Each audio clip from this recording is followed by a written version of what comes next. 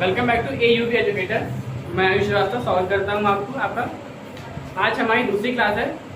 दूसरी क्या कह लीजिए, चाहे पहली कह लीजिए, क्योंकि हमने अपनी पहली क्लास में सिर्फ अपना इंट्रोडक्शन लिया था कि हमें अपने सिलेबस में क्या पढ़ना है, कौन से चैप्टर्स हैं, कहाँ से शुरुआत करनी है।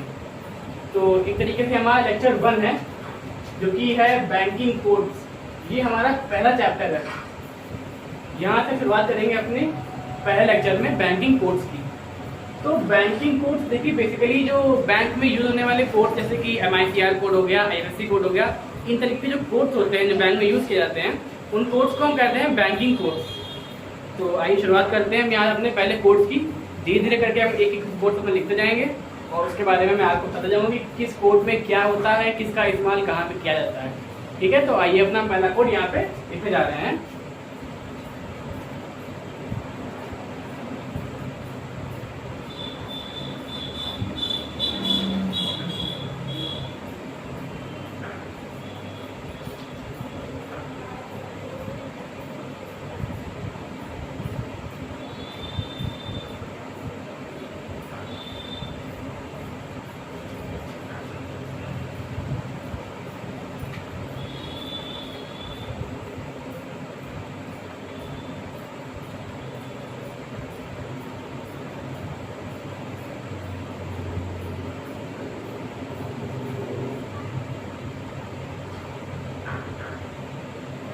देखिए, हमारा पहला कोड है IFSC कोड, जिसकी फुल फॉर्म लिख दी है मैंने यहाँ पे, इंडियन फाइनेंशियल सिस्टम कोड।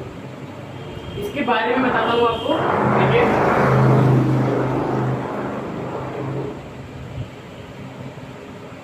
ये जो हमारा IFSC कोड है, ये किसी भी बैंक को RBI के द्वारा प्रोवाइड किया जाता है।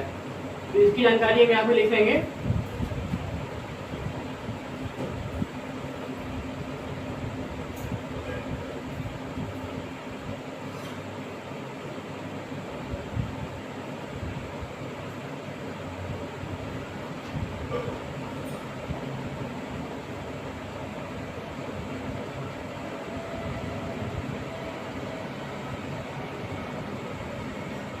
It is provided by RBI to bank, मतलब कि RBI के द्वारा प्रत्येक बैंक को दिया जाता है, जो कि प्रत्येक खाता धारक की पासबुक में दिया होता है।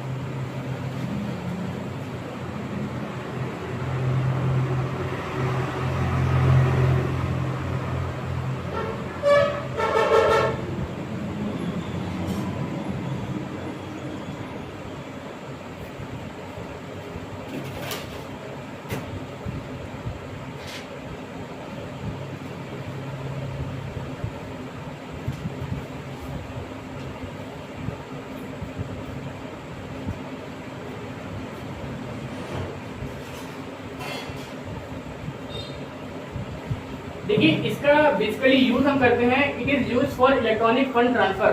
मतलब कि जितना भी हमारा लेन देन होता है, किसी भी बैंक, किसी भी ब्रांच से दूसरी ब्रांच में भेजना, या फिर दूसरी सिटीज में जो बैंक होती हैं उनसे दूसरी उसी सिटीज में जो बैंक है, जैसे कि मान लीजिए एक्सिस बैंक है शाहजहांपुर में, उसने हरदोई की एक्सिस बैंक में कोई भेजा है, तो जो वहाँ का जो इस IFSC कोड के अनुसार वहाँ से इलेक्ट्रॉनिक फंड ट्रांसफर किया जाता है। तो ये इसका हमारा ये यूज हो गया। अब आइए आगे देखते हैं कि इसमें क्या होता है।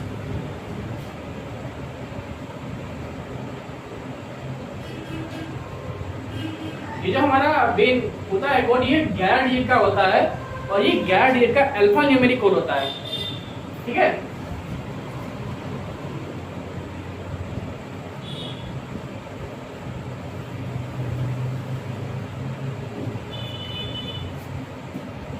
अब जाइए, जैसे कि एग्जांपल के लिए मैं आपको एक लिख के दिखाता हूँ, इसमें मैं आपको क्लियर कर दूंगा। जो 11 डिजिट होती हैं, वो 11 डिजिट में किस डिजिट का मतलब क्या होता है, आइए देखते हैं।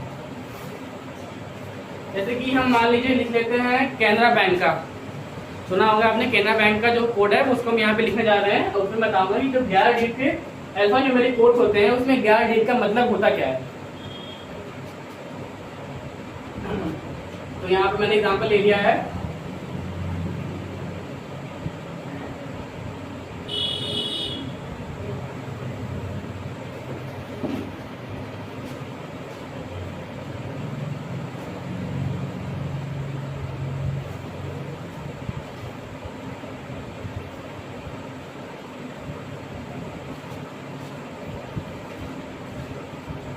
तो देखिए यहाँ पे हमने अपना 11 डिजिट का कोड लिख लिया है, CNRB 0001234। ये जो कोड है हमारा, ये कैनरा बैंक का, आप देख रहे हैं शुरुआत में दिया हुआ है CNR, ये मतलब कैनरा बैंक का कोड है। इसमें मैं आपको बताता हूँ कि बाकी जो डिजिट होते हैं इनका भी क्या मतलब है। तो देखिए इसमें शुरुआत की जो हमारी होती हैं 4 डिजिट, ये हमारी शो करती हैं कि बैंक कौन सी है। ये होता है हमारा बैंक कोड।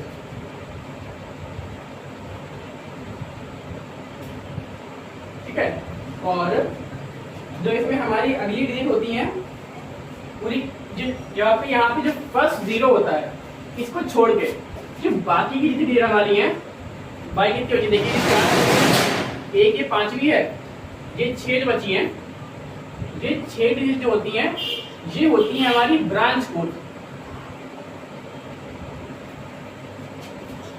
जैसे कि आप जानते हैं कि एक शहर में किसी भी बैंक की, जैसे कि मान लीजिए पंजाब नेशनल बैंक हो गई या फिर इंडियन बैंक हो गई, उसकी 2-3 शाखाएं होती हैं। तो ये हमारी जो शाखाएं होती हैं उसमें अलग अलग शाखा का अलग अलग कोड होता है, जिसमें जो लास्ट की 6 डिजिट होती हैं ये होती है ब्रांच कोड। और ये जो मेन सेंटर में हमारा बचता है ना 1 0, इसका मतलब होता है हमारा कंपल्सरी, हमेशा हमारा कंपल्सरी 0 रहता है, सब में आगे जितने भी कोड होते हैं सब में 0 रहता है। और ये होता है, इसको कहा ही जाता है 5th डिजिट डिफॉल्ट, या फिर इसको कह लीजिए मतलब किसी में आगे 5th डिजिट डिफॉल्ट मतलब कि 0। सभी में ये सेम ही रहता है हमारा।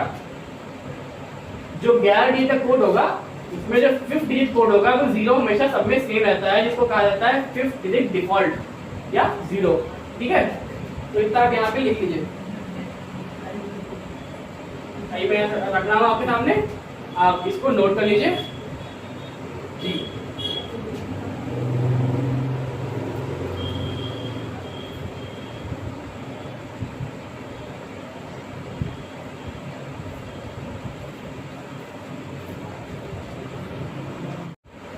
ठीक है, तो वो आपका हो गया है कंप्लीट IFSC कोड। अब यहाँ पे जो हमारा दूसरा कोड है MICR कोड, MICR कोड, उसके बारे में आप चर्चा करेंगे आगे, उसके बारे में इंफॉर्मेशन दूंगा जैसे मैंने क्या नाम IFSC के बारे में बताया है। ठीक है,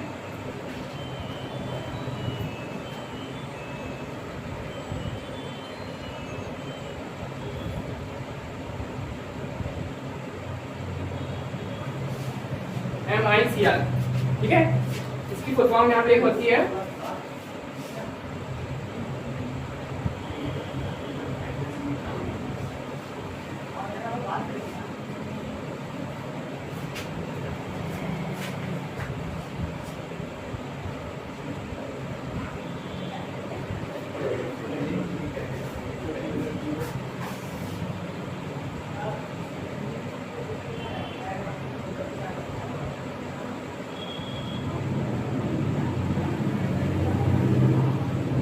MICR, magnetic ink character recognition.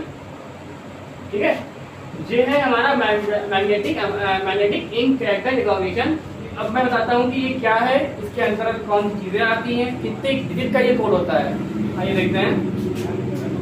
देखिए जो हमारा MICR कोड होता है ना, ये भी RBI के द्वारा ही जो है बैंक को दिया जाता है।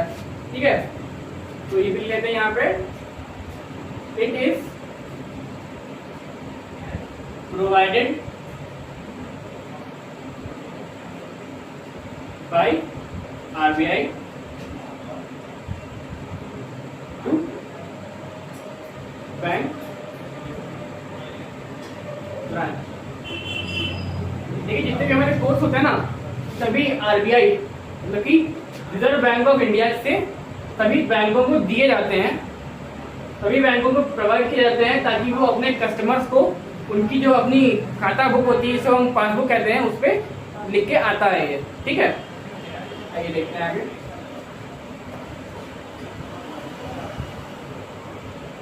इसका यूज जो है मतलब कि इलेक्ट्रॉनिक चेक ट्रांजैक्शन जो होता है, मतलब क्लियरेंस होता है, उसकी क्लियरेंस के लिए किया जाता है। तो भाई मैं लिख रहा हूँ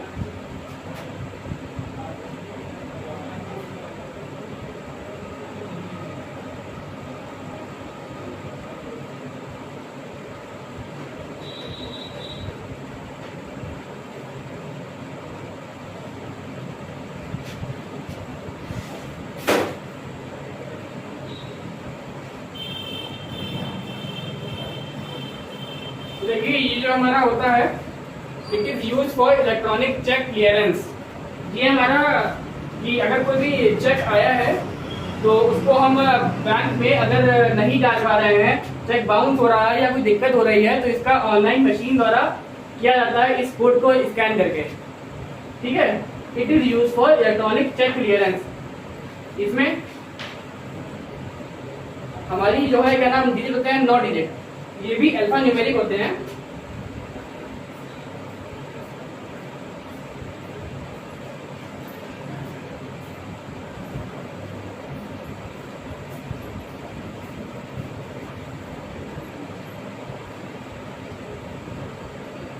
ठीक है, 9 डिजिट अल्फा न्यूमेरिक, मतलब कि जो 9 अंक इसमें है ये भी अल्फा न्यूमेरिक होते हैं। जैसे कि आईएफएससी कोड में था उसमें 11 अंक थे, इसमें 9 होते हैं।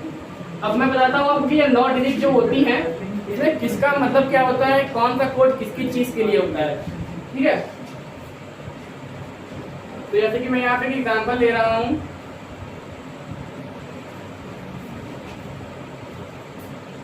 वन 005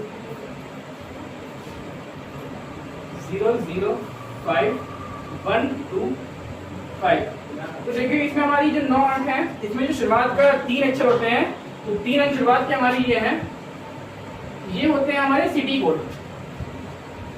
और ये जो सिटी कोड होता है यहाँ पे लिख ले रहे हैं, अभी कोई समस्या ना हो आपको भी। और ये बीच के 3 अंक जो होते हैं हमारे, ये मिडल वाले 3, देखिए 9 होते हैं, पहले 3 सिटी कोड, जो बीच वाले 3 अंक हैं ये होते हैं हमारे बैंक कोड।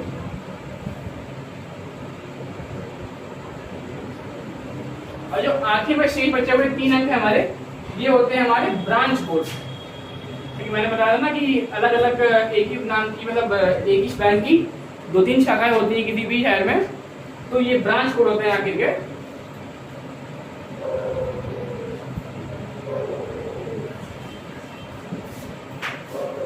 ठीक है,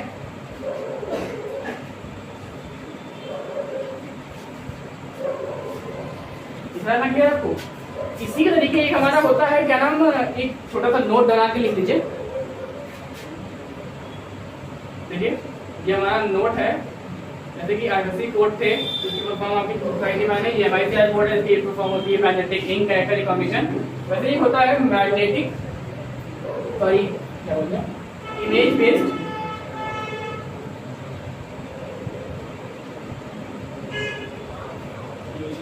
based check system.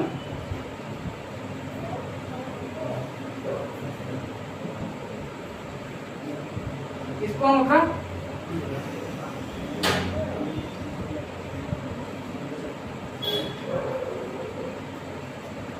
Electronic check, तो शायद दिखाई ना पड़ रहा हो, मैं यहाँ नीचे लिख देता हूँ, चेक सिस्टम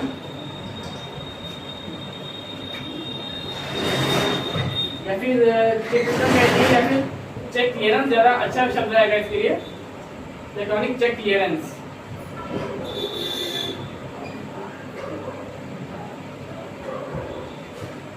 ठीक है, तो ये भी हमारा एक था कोड, इसको हम आईसीए कहते थे, देखिए आईसीए कहते थे, लेकिन इसकी डेडलाइन मतलब कि अभी हमारे 2022 में ही 30 सितंबर को इसकी डेडलाइन हो चुकी है, कि मतलब अभी जो है ये कोड हमारी बैंक पासबुक पे नहीं होता है।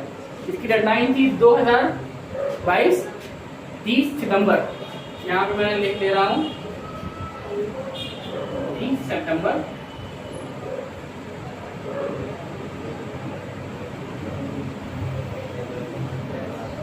2022। ठीक है, तो ये हमारा बहुत ही स्पेशल पॉइंट है, ये एग्जाम में पूछा जा सकता है कि किस कोड का अंत कर दिया गया है या किस कोड को खत्म कर दिया गया है जो हमारी पासबुक पे होता था। इसकी डेट भी बहुत जरूरी है, ये आप स्पेशली देख लीजिए, इसको अच्छे से नोट कर लीजिएगा कि इसकी क्या डेट है, क्या इसकी ईयर है। ठीक है, तो 2 आपके कोड लिखवा दिए मैंने, आशा करता हूँ आपको समझ में आ रहे होंगे, और इसको भी आप लिख लीजिए, नोट कर लीजिए।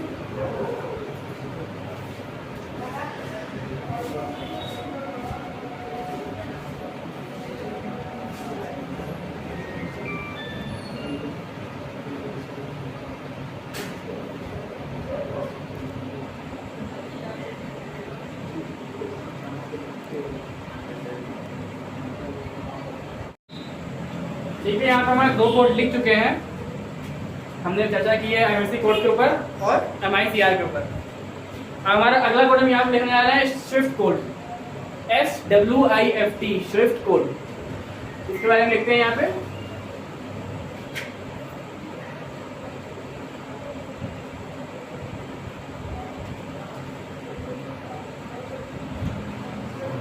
इसको जो खाली स्विफ्ट कोड कह लीजिए या खाली स्विफ्ट कह लें वो भी बहुत है। इसकी फुल फॉर्म काफी वैसे बड़ी है, तो फुल फॉर्म होती है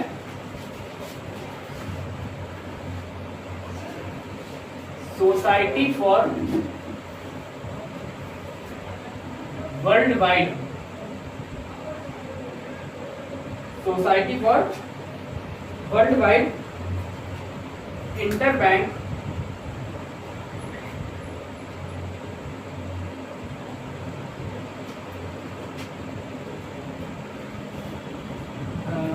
यहाँ पे जैसे मैं शायद अपना दिख रहा हो, इंटर बैंक फाइनेंशियल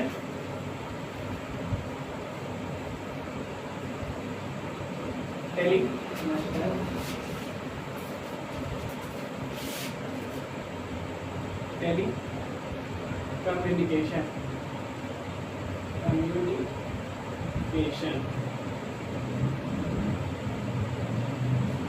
ये इसकी फुल फॉर्म है हमारी स्विफ्ट की, society for worldwide interbank financial telecommunication. जी ठीक है, अब मैं इसके बारे में बताता हूँ आपको ये क्या होता है। तो देखिए अभी तक की जो हमने पढ़ा था IFSC कोड और MICR कोड, उसमें क्या था कि वो RBI के द्वारा प्रोवाइड किए जा रहे थे, लेकिन इसमें क्या है ना हमारा ये खुद एक स्विफ्ट कोड है, कह लीजिए ये एक सोसाइटी टाइप से है, मतलब कुछ लोगों का एक समूह। ये जो स्विफ्ट है it is provided by Swift society, इसको मतलब कि RBI देता है, it is provided by Swift society.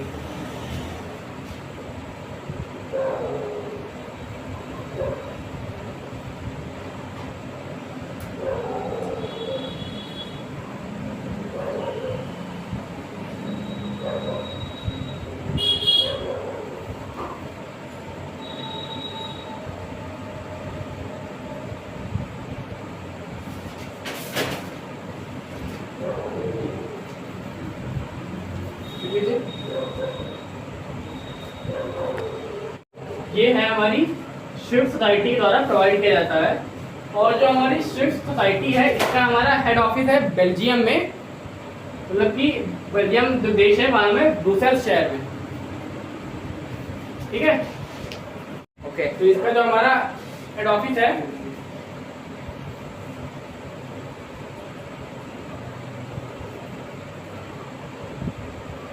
इसको आप एक छोटे से ब्रैकेट में लिख दीजिए, इसका हमारा हेड ऑफिस है ब्रुसेल्स में।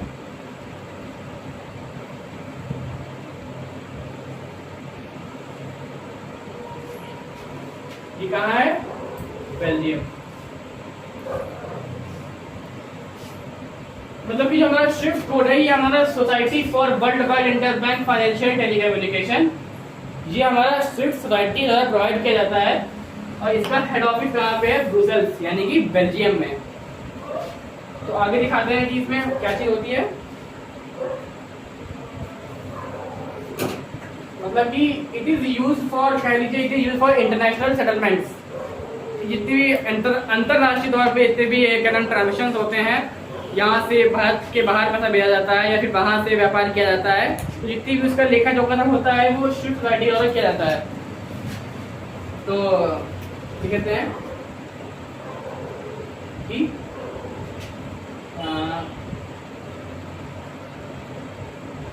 it is used for international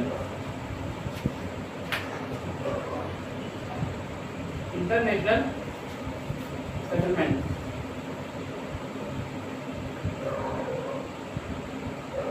चाहे इसको आप सेटलमेंट कह लीजिए या फिर कह लीजिए चाहे तो उसको ट्रांजेक्शंस।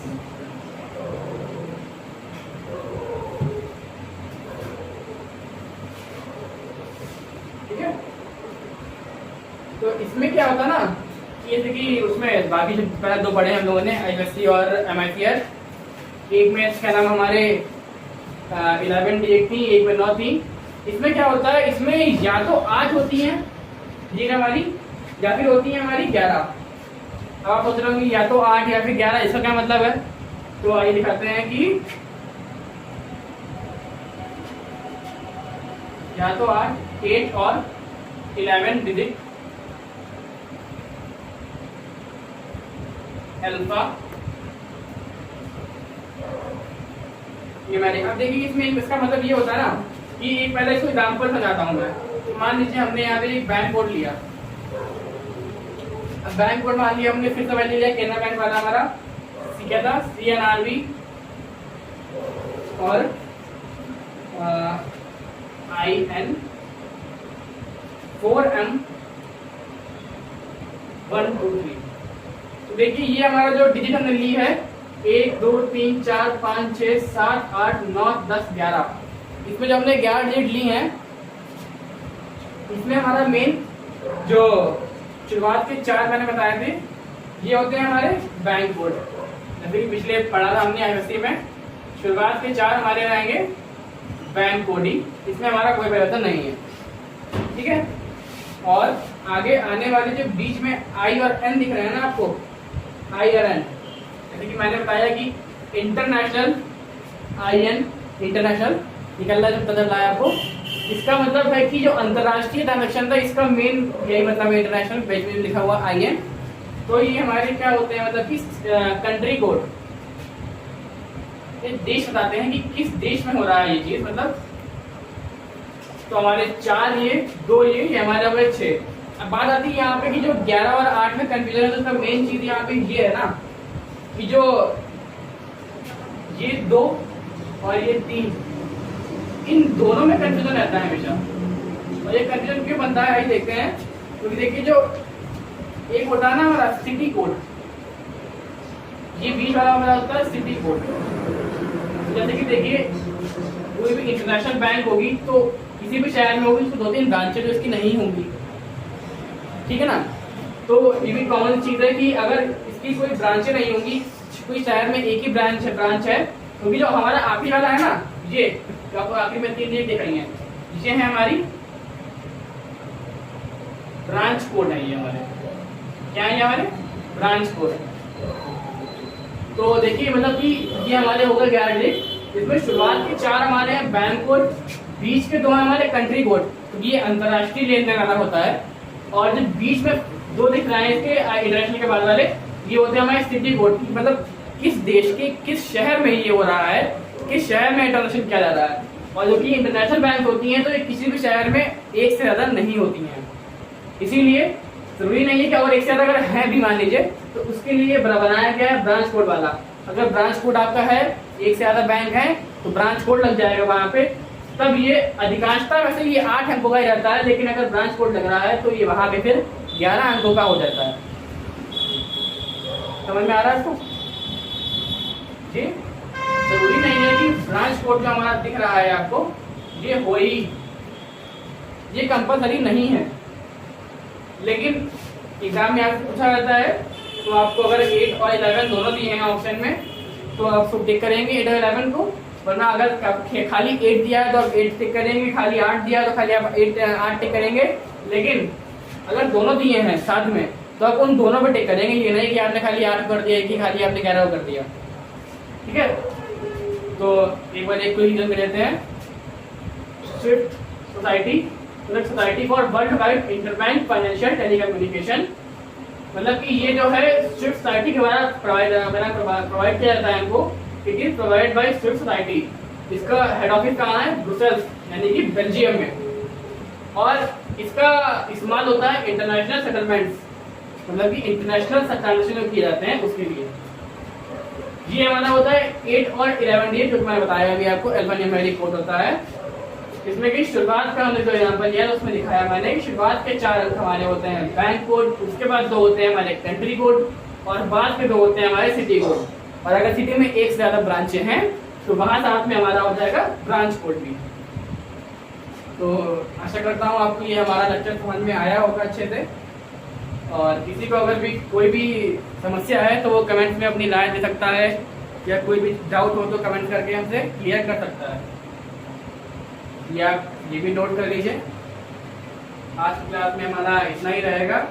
और जो बाकी के हमारे कुछ कोर्स बचते हैं इसके बाद, जैसे कि एलईआई हो गया और CIF हो गया, MPIL हो गया, और बाकी 2-3 कोड हैं हमारे, जिनके बारे में हम कल चर्चा करेंगे। ज़्यादा भी आप इसको नोट कर लीजिए, जो मैंने इससे पहले लिखवाया था MICR कोड, IFSC कोड, उसको भी आपने लिख लिया है। बस आप उसका एक अच्छा सा रिवीजन करते रहिएगा, जिससे कि वो आपके दिमाग में वो चीज़ बैठ जाए। बाकी आपको यहाँ पे अपनी डेली प्रॉपर क्लास मिलेंगी। किसी भी तरीके का कोई भी डाउट हो तो आप कमेंट में पूछ सकते हैं, आपको तुरंत ही उसका रिस्पॉन्स दिया जाएगा। जितना ज़्यादा जल्दी हो सकेगा हम आपको प्रोवाइड करेंगे। ये नहीं तो इसको आप आशा करता नोट कर लिया होगा। अगर आपको हमारी वीडियो अच्छी लग रही है तो आप डेली क्लास लीजिए, आपको डेली सारी क्लास प्रोवाइड की जाएंगी। और जैसे कि मैं बता दूँ आपको कि आज आपको इस क्लास के बाद में आपको हिस्ट्री की और क्या नाम मैथ क्लास भी दी जाएगी। तो ये आज की हमारी क्लास में इतना ही रखते हैं। Okay, thanks for watching.